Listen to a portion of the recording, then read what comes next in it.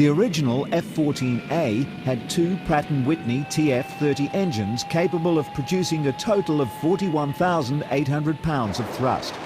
Later models of the F-14 incorporated two General Electric F-110 engines, which in afterburner mode produced a total of 54,000 pounds of thrust.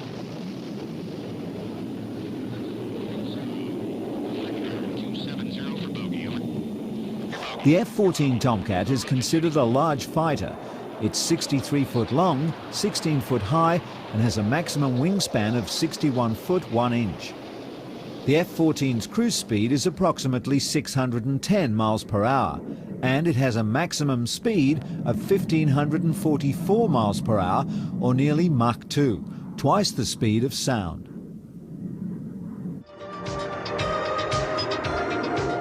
The American attack carrier can only be perceived as the ultimate gunboat.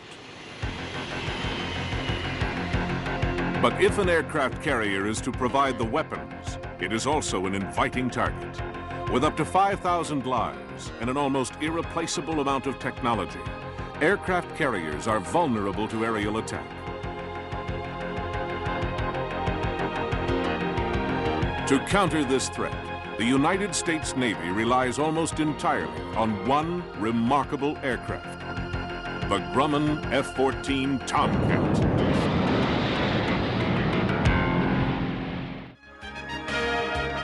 By the mid-1950s, the principal threat to American carrier forces still came from the air. Russia had developed long-range maritime reconnaissance bombers, such as the Tu-20 Bear.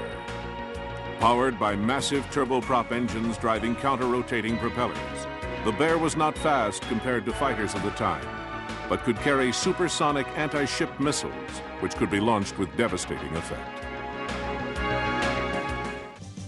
With vast experience gained from the F-111B, Grumman had already made moves to produce a suitable defense fighter to fill the void described by Connolly.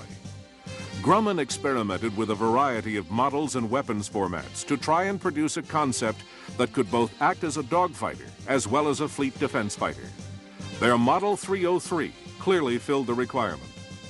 Benefiting from lessons learned in the TFX program, the new aircraft was to rely upon expensive but proven materials such as boron and titanium. The wing box area was doubly strengthened against failure. Two turbofan engines would provide speed and economy, and two separate fins would ensure aircraft stability should one engine fail. The Model 303 was to carry the widest weapons spectrum of any warbird then in service. It carried an M61 cannon for close encounters and dogfighting, the traditional short and medium-range Sidewinder and Sparrow missiles, and the long-range, deadly accurate Phoenix.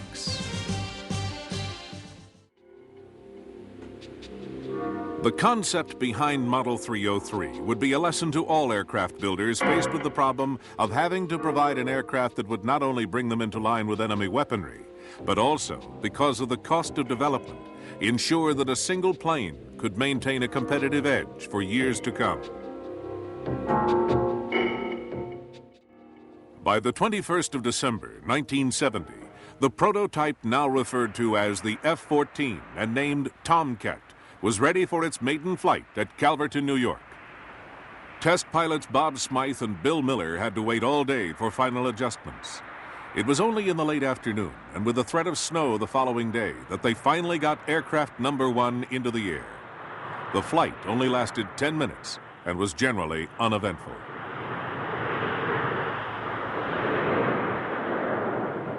Both pilots said that the Tomcat behaved well.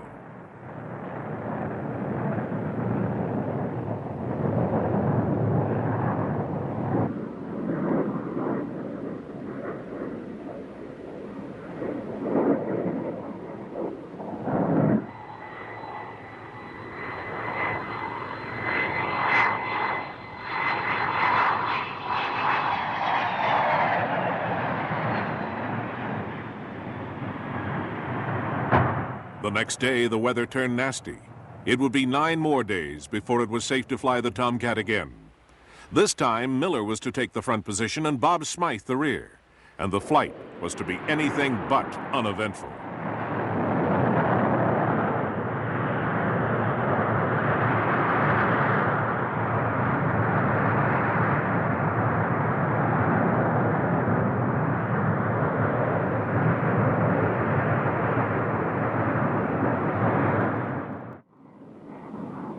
Prototype number 1 had not been in the air long when its chase plane noticed what seemed to be smoke coming from the aircraft.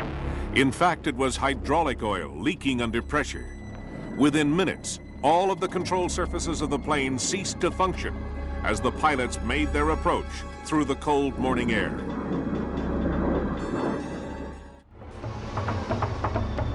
A mere 100 feet from the ground, when there was no possible likelihood that the plane would reach the runway, the pilots ejected. 4 seconds later, prototype number 1 ceased to exist.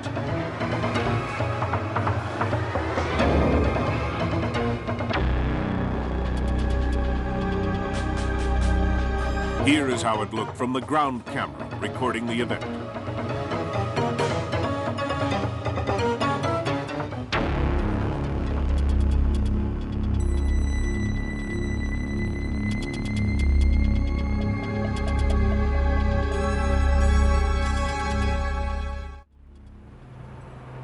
In late August, another aircraft, originally scheduled as number 12, now redesignated 1X as a replacement of the ill-fated original prototype, was wheeled out of Grumman's Calverton plant.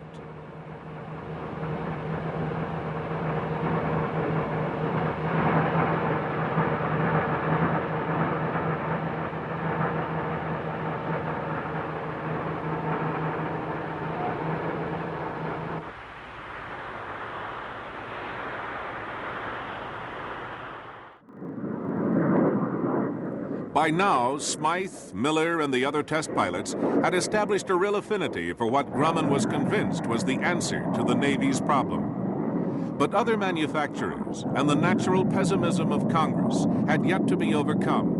And while the Navy had confidence in the Tomcat concept, there were still many trials ahead. Because at no stage was Model 303 to be a cheap aircraft. The sort of money invested and the commitment necessary were already putting Grumman under considerable pressure. Throughout 1971, ground-based testing of the first prototypes continued. These aircraft were put through severe testing when little was known about how they would react.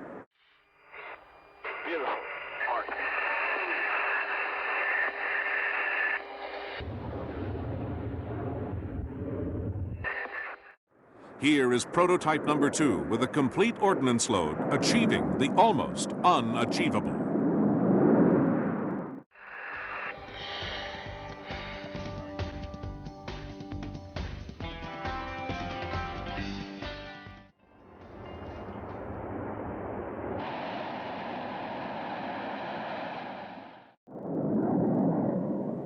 Here it is again, affecting an induced stall.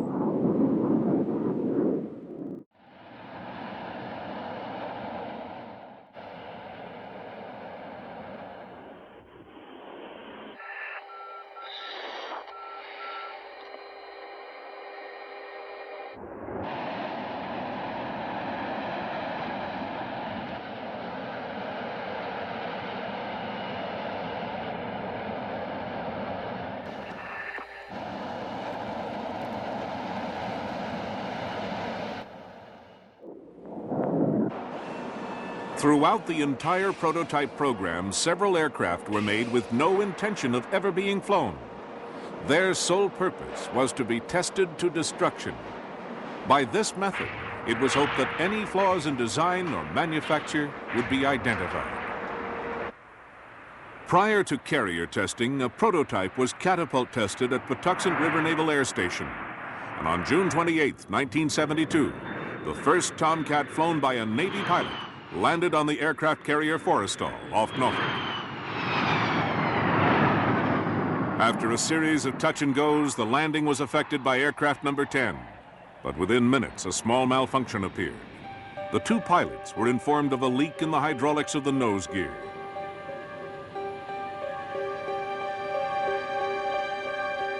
On hand as a minor adjustment was made was Bill Miller.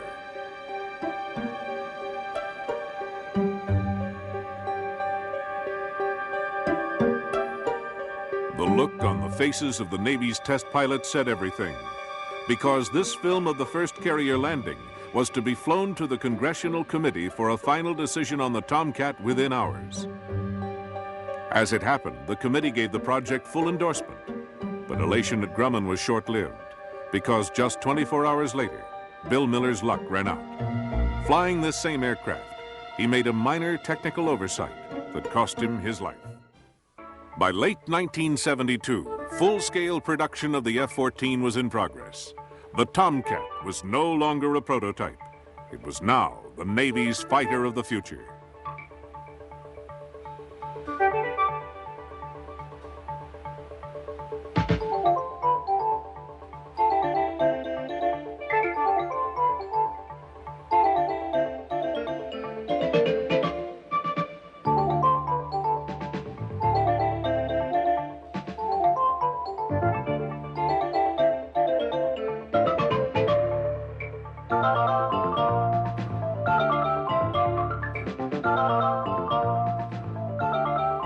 The spectacular firepower of the F-14 was spotlighted in Operation 6 on 6.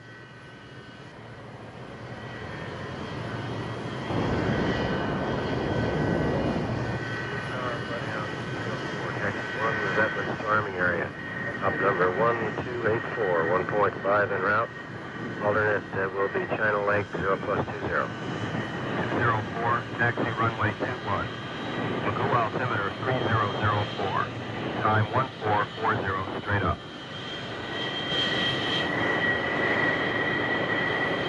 204, taxi across runway 27. Roger.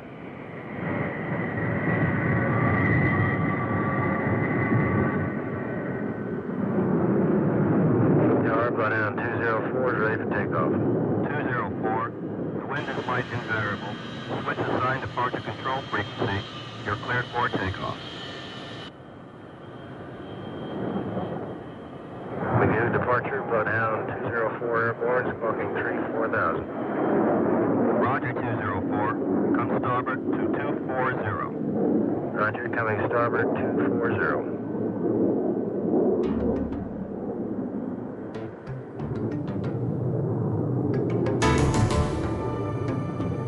Operation 6 on 6 demonstrated the effectiveness of the Hughes Phoenix missile system by attacking 6 different targets at one time. 3 air-launched drones represented enemy fighter aircraft at supersonic speed. 3 obsolete training aircraft represented larger enemy bombers. And 1 Mach 2 land-based drone represented a launched missile. They were sacrificed in the cause of presenting the Tomcat with an array of targets. With a Navy crew at the controls, each of the 6 targets were individually identified on the radar scope and allocated a Phoenix. Box 1. One's away. 2's in the air.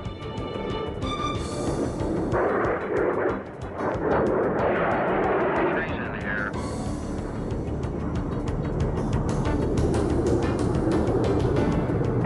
4's in the air. Check the target cameras. 4th missile in the air. Target cameras on. 5's in the air.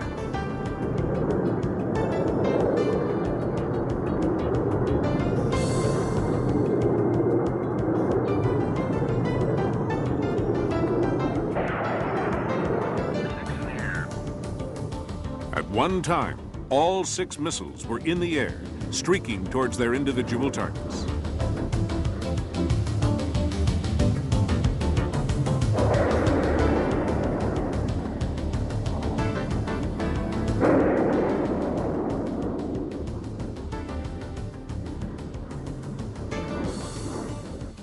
Only 4 of the 6 targets were destroyed, but this was due entirely to a malfunction in the 2 drones.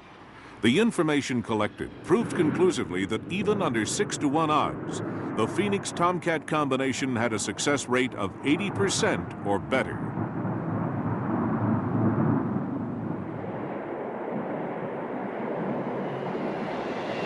The first two carrier-based Tomcat squadrons were the VF-1 Wolfpack and the VF-2 Bounty Hunters. With their induction, the Navy now had in one plane an answer to the missile threat and an advanced dogfighter.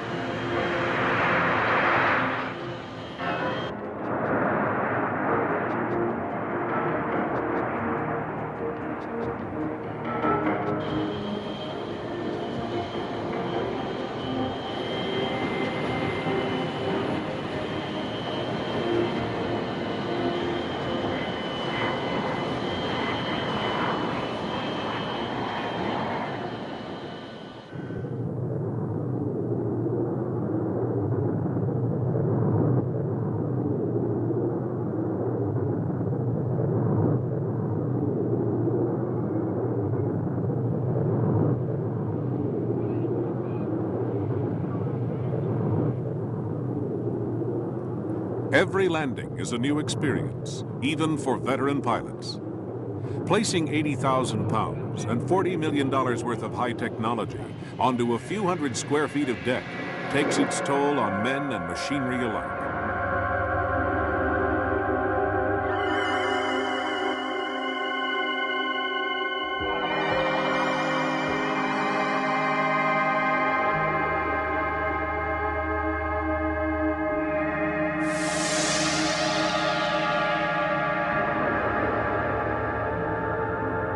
Undercarriages and airframes have to come to terms with phenomenal stress, and sometimes not always with the desired result.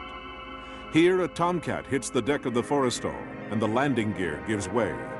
Still containing fuel and probably armament, the aircraft effectively blocks the landing approach to all other aircraft and must quickly be removed.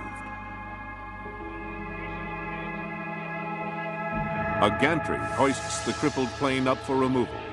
Firefighters and medical teams stand by as the entire complement is well aware of the devastation an exploding aircraft could create.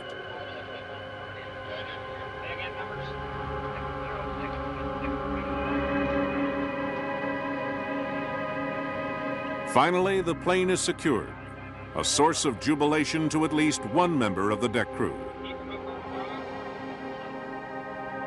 The Tomcat's major role should never be considered as an aircraft alone. It is a combination of airframe, avionics, and missilery. The components come together to form a lethal package, a complete weapon system. Miramar Naval Air Station is Fighter Town, home of the famous Top Gun fighter pilot school. Here, crews are given the opportunity to pace their F-14s against aircraft from aggressor squadrons. These aggressor aircraft are specially modified to resemble the flying characteristics of potential Soviet adversaries. Here, a crew flying a modified A-4 Mongoose pits its skills against the crew of an F-14 Tomcat. Although only an exercise, the doctrine of these engagements is train like you fight, fight like you train. But the Tomcat's also made to win when the game is real, as it was over the Gulf of Sidra in August of 1981. With the carrier task force testing Gaddafi's line of death in the Mediterranean, tensions were high. On August 19th, the patrolling Hawkeye detected two fighters traveling at high speed towards the carrier John F. Kennedy. Two patrolling Tomcats were sent to intercept, At the controls of one was Commander Larry Muzinski. First thing on the second morning of this exercise we were doing, they came out and approached us head on. We had them in radar contact the whole way. And as they were approaching, we didn't suspect any particular problems. But then as they were approaching us about a mile away, their lead aircraft fired what we believe to be an ATOL heat-seeking missile head on at us, and we just evaded that missile very quickly and turned around and went on the attack. Which our rules of engagement at that time, President Reagan had just changed the rules of engagement, said if you're ever fired at, you can return fire and protect yourself, and we'll talk about it later, which is exactly what we did. We passed them head on at about 600 miles an hour, did our 7G reversal turn and got behind them, and my commanding officer, who was flying the other aircraft, shot one down, and I shot the leader down, and the whole thing, from the time they shot till the time we had both of them down, was 44 seconds long. There was no reason to suspect that anything like that was going to happen that morning, but it did. And therefore, you do revert into this reactionary mode, and you start thinking, okay, I've got to do this, I've got to do that, the next step, the next step, the next step, and you do it. And we did everything we had trained to do. The results were exactly what they were supposed to be. You didn't have time to get nervous because things were happening so fast. When it was over with, done with, we joined back up together and we're heading back for the ship. Then the adrenaline high started wearing off and literally got so uncontrollable, the shakes, everything like that, just had to reach down, click on the autopilot, and let the autopilot fly the airplane back up to the ship for about 15 minutes while we just all calmed down. With the assistance of fleet refuel, American carriers can be replenished and kept at sea for months, enabling naval strategists to bring aerial firepower within range of trouble spots anywhere in the world. The Second World War, Korea, Vietnam, Libya, and now the Persian Gulf have all demonstrated the importance of this flexibility. But it's only with the Tomcat that the Navy can be sure that its floating runways are impervious to attack.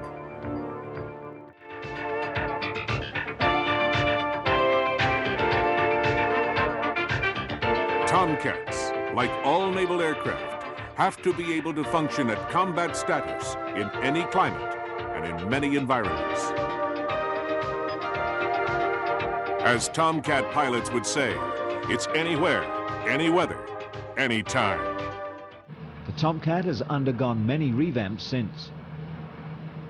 In November 1987, the F-14B was released, and it incorporated new General Electric F-110 engines, which solved the engine problems of the A variant. B, C and D variants followed, and most of the changes in these models were the weapons and defense capability of the craft.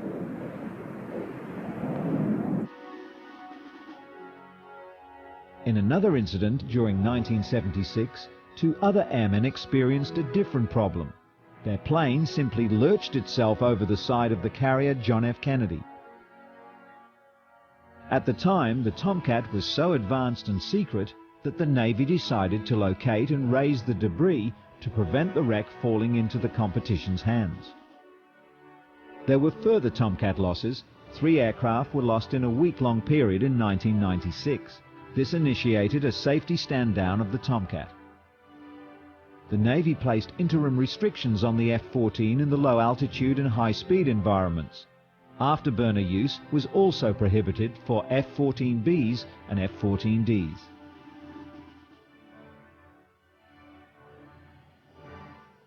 The Tomcat probably became one of the most recognized planes due to the Hollywood box office hit Top Gun.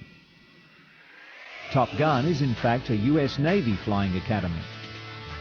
At Top Gun, the best F-14 pilots were given extra training and the chance to pit their skills against other pilots in simulated but very realistic dogfights. What's interesting is that the planes the Top Gun pilots went into competition with had been modified to give them flight characteristics of Soviet fighters. The Tomcat was much larger and heavier, and it's hard to imagine a plane of such size being as nimble as the smaller fighters.